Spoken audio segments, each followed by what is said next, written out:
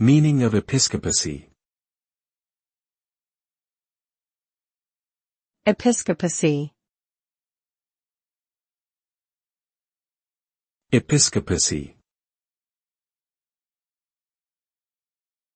Episcopacy. Episcopacy. Episcopacy refers to a form of church government in which bishops have authority over a group of churches. The word comes from the Greek episkopos, meaning overseer.